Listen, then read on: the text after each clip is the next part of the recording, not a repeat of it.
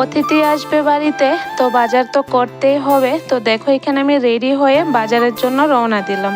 আর বন্ধুরা, এতদিন তোমাদের সাথে কোনো ভিডিও শেয়ার করতে পারছি না, কারণ খুব ব্যস্ততার মধ্যে ছিলাম, বাড়িতেও ছিলাম না। তবে এখন থেকে ছোট্ট ছোট্ট মিনি ব্লগ তোমাদের সাথে শেয়ার করব, লং ভিডিও দিব না, কারণ ছেলের এক্সাম শেষ, যার কারণে বাড়িতে থাকি না, একটু ঘোরাঘুরি করছি। তো দেখো এখানে আগামীকাল আসবে অতিথি আমাদের বাড়িতে, তো আমি চলে যাচ্ছি বাজারে। আর আমি বাজারে কখনোই একা যাই না, আমার সাথে যায় আমার স্কুটি, এটা ছাড়া তো আমি চলতেই পারি না।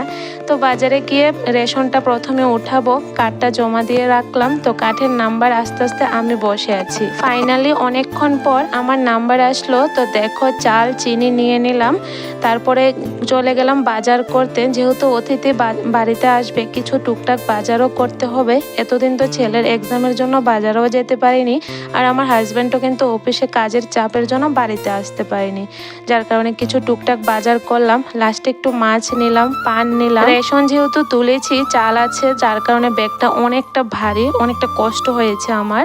যাই হোক, এখন নিয়ে আসলাম। রাতের প্রায় 7:30 বেজে গেছে, আমি বাজার নিয়ে আসলাম। তো দেখো কি কি বাজার করেছি।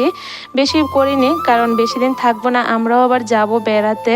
তো চালটা রাতে রাতে গুছিয়ে রাখছি। ঘরের মধ্যে প্রচুর ইঁদুর, রাতে যদি গুছিয়ে না রাখি, ইঁদুরে কিন্তু সব ঘরে ছড়িয়ে ছিটিয়ে রাখবে। আগামীকাল আমাদের বাড়িতে কোন অতিথি আসবে সবটাই তোমাদের সাথে পরের ভিডিওতে শেয়ার করব, তার জন্য কিন্তু তোমরা অবশ্যই চ্যানেলটাকে সাবস্ক্রাইব করে রেখো। তো এখানে দেখো রাতের খাবার রান্না করছি, একদম সিম্পল। ডাল করছি পেঁয়াজ সোমবার দিয়ে, আর সাথে করব মাছ ভাজা, বেগুন ভাজা।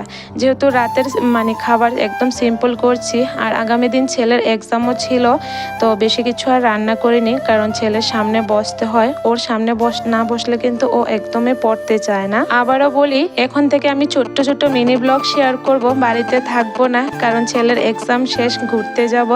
তো কেমন লাগলো তোমরা অবশ্যই কমেন্টে জানিও, আর আগামীকাল কে আসছে তোমাদেরকে দেখ।